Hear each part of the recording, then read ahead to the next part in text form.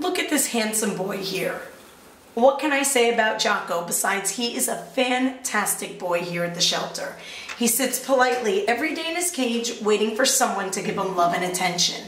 He's a year and a half.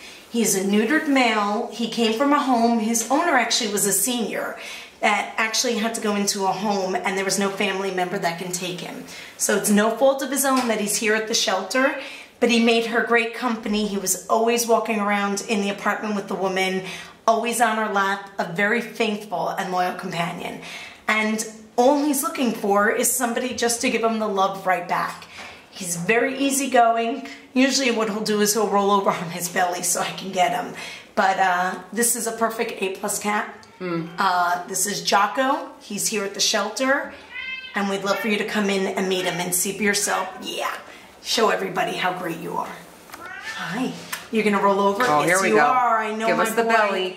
I know. There you go. I mean, it's perfect. I mean, he's a great cat. Don't let him sit here too long. Somebody come and give this guy a chance and get him out of here. He really deserves it. Hi, baby boy. Hi.